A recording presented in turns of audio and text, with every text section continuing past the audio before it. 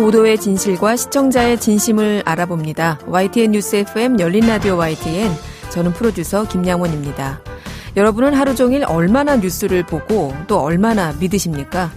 최근 한 보고서에 따르면 한국의 뉴스 이용자들 3명 중 2명은 어떤 언론사에서 나온 뉴스이냐, 또 어떤 관점에서 썼느냐에 따라 의도적으로 뉴스를 골라서 보거나 아예 보지 않는 경험을 했다고 합니다.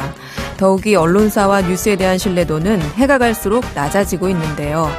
우리나라의 낮은 언론 신뢰도, 언론 자체가 신뢰를 주지 못한 탓도 크지만 정치에 대한 불신도 영향을 끼쳤다는 분석도 나옵니다. 잠시 후 미디어 비평에서 짚어보겠습니다. 오늘 순서 바로 시작하죠.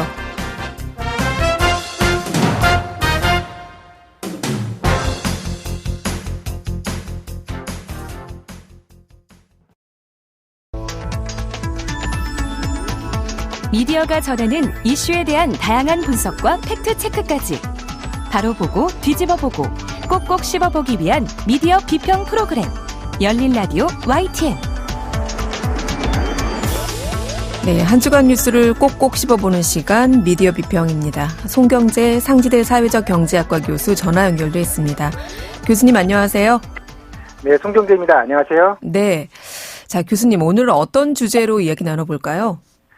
네, 무더위와 이제 장맛비 소식이 계속되는 매년 이맘때가 되면 그 영국 옥스퍼드대 부설의 로이터 저널리즘 연구소가 디지털 뉴스 리포트를 공개합니다. 네.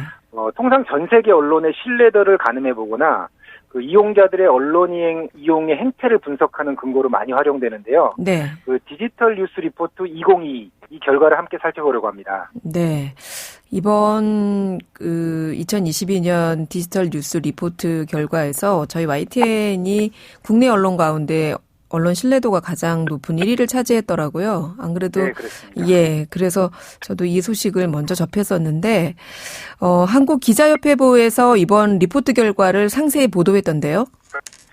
네, 먼저 그 이번 결과를 간단히 요약해서 말씀드리면요. 그 한국의 뉴스 전반에 대한 신뢰도가 전년인 2021년에 비해 다소 하락했습니다.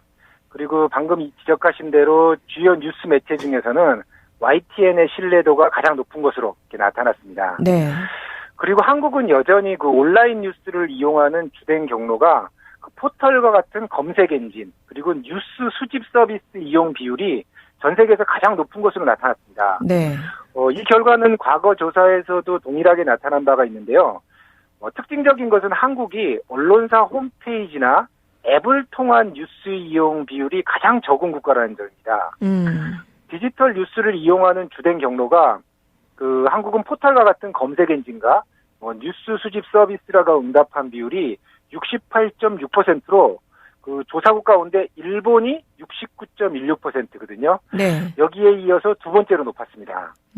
다른 나라의 경우에는 뉴스를 언론사 자체 웹페이지나 애플리케이션을 통해서 이용하는 반면에 우리나라는 68% 대부분의 사람들이 네이버나 다음 같은 포털에서 뉴스를 소비하는군요. 네, 그렇습니다. 이렇게 포털 등을 통한 뉴스 소비가 매우 높은 반면에 우리나라 뉴스 이용자들의 특징 중 하나는 이용자들이 뉴스를 회피하는 경향이 있다는 겁니다. 우리나라 사람들이 그 어느 나라보다 뉴스에 대한 관심도가 높다고 생각을 해왔거든요. 그런데 우리 이용자들이 뉴스를 회피한다. 이게 어떤 뜻일까요? 그러니까 뉴스에 대한 선입견이나 편견 없이 그 일반적인 정보 차원에서 소비하는 것이 아니라 특정한 이념이나 정당을 지지, 지역 또는 종교적인 이유 등으로 뉴스를 선택하고 그 자신의 견해와 다르다면 이것을 선택적으로 회피하는 것을 이야기합니다. 예를 든다면은 포털 뉴스 서비스를 보면 예전에는 뉴스 제공사가 어느 곳인지 공개하지 않았던 것을 기억하실 겁니다. 네. 요새는 그런데 해당 언론사 출처가 공개가 되거든요. 네. 이에 따라 이제 특정한 언론사 뉴스를 독자층이 선택적으로 보게 된다는 것을 의미합니다. 올해 이제 조사 대상 46개국의 평균이 69%였는데요. 네. 5년 전에 비해서 13%포인트가 늘어났습니다. 네. 이게 전 세계적으로 뉴스 이용자들이 이른바 미디어의 확증 편향이나 선택 소비가 늘고 있다는 경고라고 할 수 있습니다. 네. 이는 이제 한국 역시 유사하게 나타났는데요. 정확하게 이용자의 3분의 2인 67%가 이런 경험이 있는 것으로 조사됐습니다. 네. 이 비율이 5년 전인 2017년 52%에 비해서 15%포인트가 늘어나서 전 세계적으로 33번째 순위에 해당됩니다. 네. 참고로 이제 뉴스 회피 이용자 비율이 높은 국가는 크로아티아가 85%, 터키가 82%, 폴란드가 81% 등이었고요. 이 회피 비율이 낮은 국가는 덴마크가 45%, 그리고 핀란드가 47% 등으로 나타났습니다.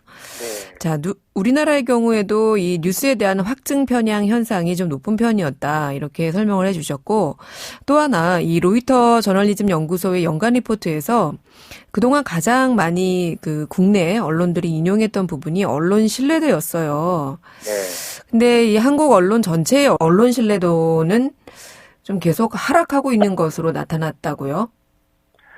그렇습니다. 이번 그 로이터 저널리즘 연구소 조사 결과에 따르면 앞서 회피 사유에서 잘 확인됩니다. 네. 그 회피 사유를 복수 선택하게 한 결과 한국 이용자는 뉴스가 신뢰할 수 없거나 편향적이다라는 응답이 42%로 가장 높게 나타났습니다. 네. 한국은 뉴스에 대한 편향성이 전반적인 뉴스 신뢰와 연결되어 있다는 해석이 가능합니다. 한국 뉴스 전반의 신뢰도는 지난해보다 2%포인트가 낮아진 30%이고요. 순위로는 46개국 중 40이니까 매우 낮은 수준이죠. 그러네요. 조사 대상국의 평균 수치가 42%인데 이 평균보다 약 12%포인트가 낮은 수준인데요. 네. 2016년부터 한국이 이제 조사 대상에 편입됐는데 그 이후 모든 조사에서 뉴스 신뢰도는 평균에 못 미치는 하위 집단에 속해 있습니다. 네. 또 주목해야 할 것은 최근 전 세계적으로 민주주의 퇴행 논쟁이 좀 있습니다. 최근 10년 사이에 전 세계 민주주의가 퇴보하고 있으며 이게 민주주의 위기 그리고 전 세계적인 불안정을 가져올 것이라는 지적이 많습니다. 네. 영어로는 이제 백슬라이딩이라고 이제 하는데요. 네. 대표적으로 이제 미국과 프랑스, 영국 그동안 우리가 선진 민주주의 국가라고 했던 나라에서 민주주의 지표가 하락한다는 겁니다. 실제 이번 조사에서도 미국의 뉴스 신뢰도 하락이 주목을 끄는데요. 미국은 슬로바키아와 함께 가장 낮은 26%를 기록해서 뉴스 신뢰도 최하위를 기록했습니다. 자, 이렇게 우리 언론도 그렇고 뉴스 신뢰도가 낮은 원인에 대해서는 어떻게 분석할 수 있을까요? 네.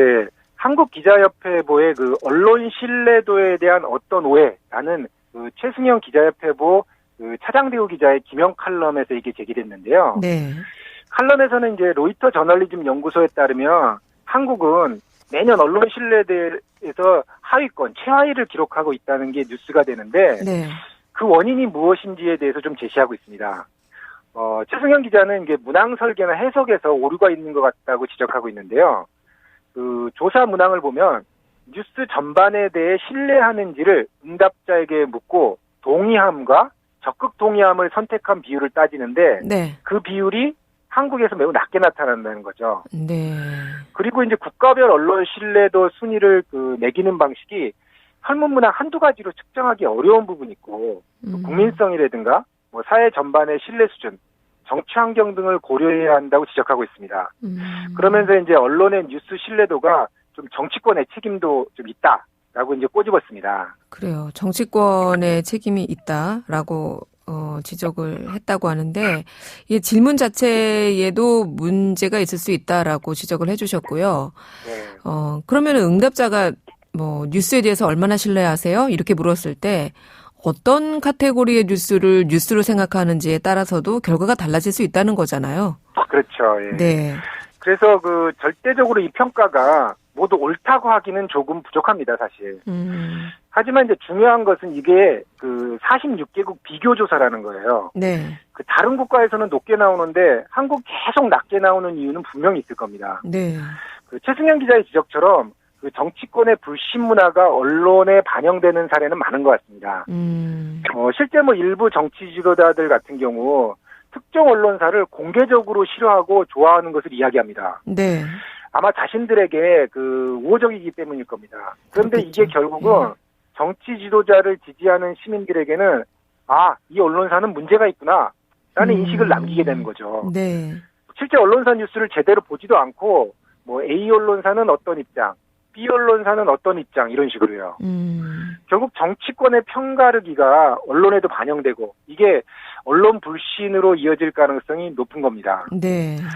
그리고 이제 한편으로는 우리 언론 스스로도 뉴스 신뢰도 하락 문제에 전혀 무관하냐 이 점을 좀 되물어봐야 할 것입니다. 네.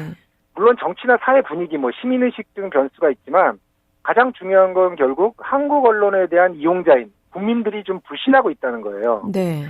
현장에서는 열심히 노력은 하지만 뭐 이미 언론사마다 더 씌워진 프레임에 따라서 평가하는 경향도 있는 것 같습니다. 그리고 이제 여기에는 분명히 한국 언론의 문제점이라고 할 수 있는 그 뭐 사주의 이념적 편향이나 뭐 진영 논리, 뭐 저질 기사의 양산에 따른 피로감 누적 등도 영향이 있을 겁니다. 이 점은 그 우리 언론인들이 먼저 반성해야 할 거고요. 그런 차원에서 한국 언론의 신뢰도 하락은 언론인들로부터 좀 무겁게 받아들이고 좀 이를 개선하기 위한 노력을 게을리하면 안 될 겁니다. 네. 자, 이제 한국 언론 신뢰도가 이렇게 계속해서 낮아지고 있는 이유를 정치권의 언론에 대한 불신 문화 이런 걸로 설명을 좀 해주셨고요. 또 언론사마다 이렇게 되다 보니까 자의반 타의반으로 어떤 프레임에 갇히게 되는데 이런 부분들 때문에 언론에 대한 신뢰도가 좀 낮아지고 있다. 뭐 구체적으로 어떤 사례를 좀 소개해 볼 수 있을까요? 뭐 방금 전까지 한국 언론 신뢰도 제고를 위해서 좀 언론의 자성과 노력이 필요하다고 했는데요. 네. 국민들이 왜 언론을 불신하는지를 알려주는 일이 최근에 있었습니다. 어찌 보면 좀 부끄러운 일일 수도 있는데요. 지난 6월 29일부터 30일까지 스페인 마드리드에서 열리는 북대서양 조약기구, 그 영어로는 이제 NATO, 그래서 나토라고 네, 하거든요. 나토 정상회의가 열렸죠. 예, 뭐 워낙 유명한 용어죠. 네. 그 이 나토 정상회의에 그 윤석열 대통령 내외가 이제 첫 해외 순방을 다녀왔습니다. 네. 그런데 이를 보도하는 과정에서 문제가 생겼습니다. 통신사 연합뉴스가 북대서양 조약기구 나토 기사와 관련해서 NATO, 나토를 NATA, 나타라고 쓴 기사가 나간 거예요. 근데 문제는 이후에 이제 많은 언론사가 해당 오타까지 함께 네. 복사해서 붙여넣기 한 기사를 내보냈다는 겁니다. 정말 있어서는 안 되는 실수이고 조금만 보면 바로 파악할 수 있는 것이거든요. 네. 이에 대해 미디어오늘은 그 연합뉴스가 몇 차례에 걸쳐 영문 나타라고 쓴 오타가 포함된 기사를 내보내니까 해당 오타를 똑같이 복사한 기사들이 30일 기준으로 100개에 가까운 나타 기사가 쏟아졌다고 지적했습니다. 이 나타라고 쓴 연합뉴스 문장을 그대로 복사해 기사를 쓴 언론사를 보면은 뭐 한국경제, 뭐 문화일보, 조선일보, 헤럴드경제, SBS, 뭐 이슈앤비즈, 로이스, 대구신문, 뭐 EBN, 인천일보, 매일경제TV, 디지털타임즈, 아이고, 많네. 스카이데일리, 중앙일보 속보. 네. 정말 이름만 대도 다 아는 언론사까지 그대로 복사했다는 겁니다. 자, 정말 참 부끄럽네요. 네. 저희가 주요 언론사라고 언급하는 언론사, 신문사, 방송사, 뭐 100개 이상의 기사가 모두 나토를 나타라고 게재했다. 이건 정말 좀 어이없는데요. 네, 물론 연합뉴스가 처음 오타를 한 것도 좀 문제이지만 더 큰 문제는 아무런 확인 없이 그대로 사실 읽어보긴 했는지도 좀 의심이 갑니다. 네. 100개 이상의 기사가 모두 나타라고 한 것은 어떻게 보면 한국 언론의 외신 기사 작성의 현주소가 아닌가 하는 생각까지 듭니다. 네. 설마 이런 것이 틀리겠어 하면서 뭐 작성하는 기자들, 그리고 자세히 보지 않고 편집하는 편집팀, 그리고 총괄하는 데스크까지 모두 신경을 안 썼다는 겁니다. 네.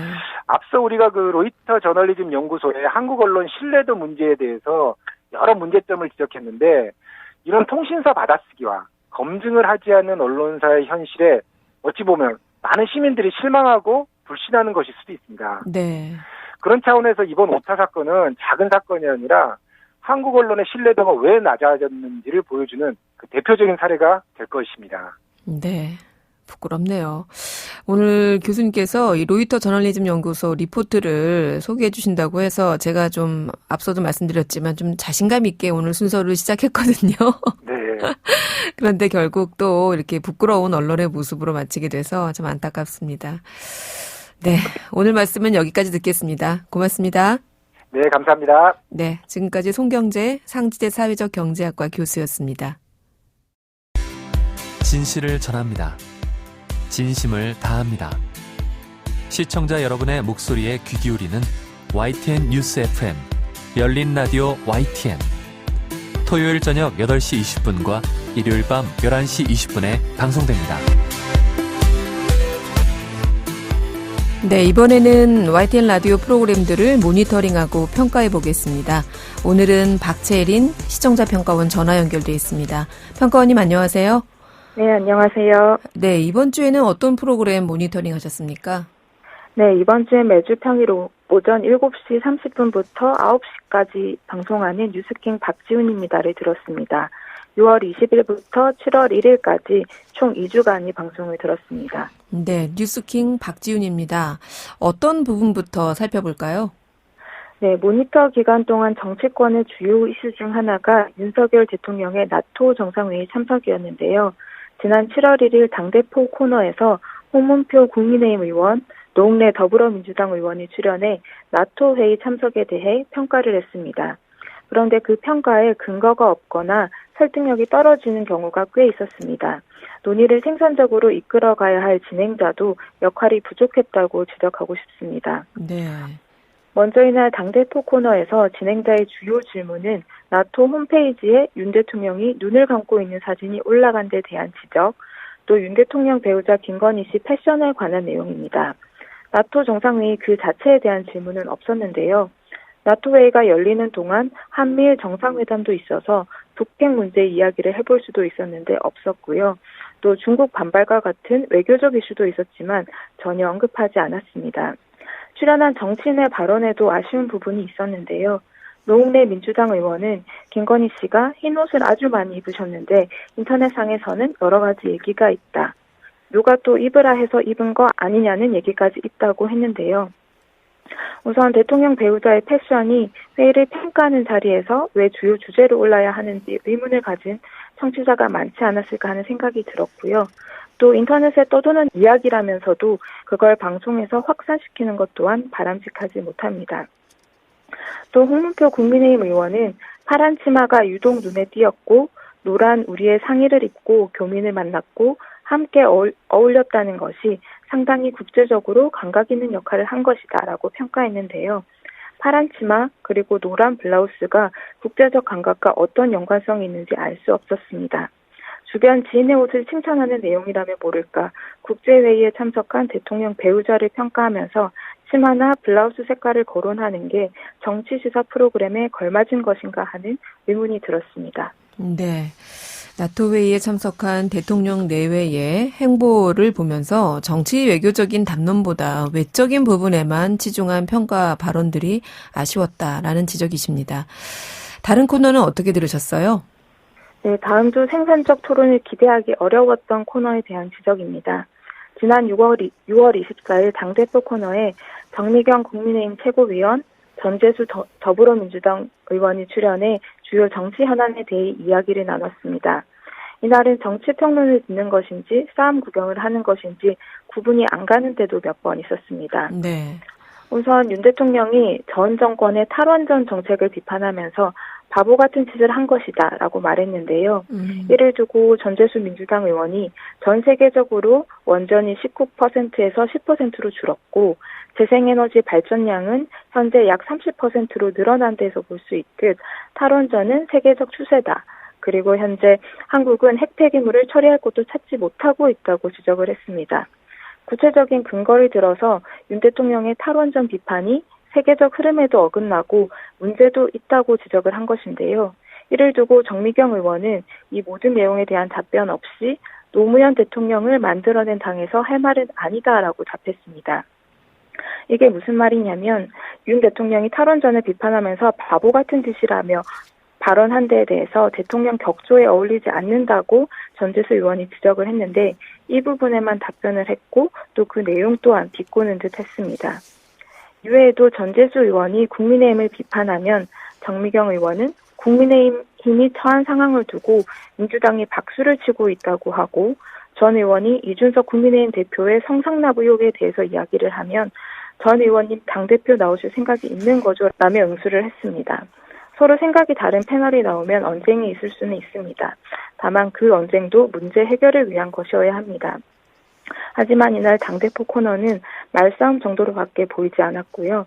또 두 사람 발언이 겹쳐서 어떤 이야기를 하는지 잘 들리지 않은 데도 꽤 있었습니다. 진행자가 적극적으로 제지를 하거나 출연자 섭외를 할 때 이런 일이 생기지 않도록 여러 측면을 신경 썼으면 좋겠습니다. 네. 정치 토론 한다고 해놓고서 정치인들 나와서 말싸움하는 장면. 이럴 때는 좀 진행자가 적극적으로 개입을 해서 제지를 하거나 이래줬으면 좋겠다. 이런 지적이시네요. 오늘은 YTN 라디오의 출근길 시사 프로그램이죠. 뉴스킹 박지훈입니다에 대한 시청자 평가원의 의견 들어봤습니다. 오늘 말씀 감사합니다.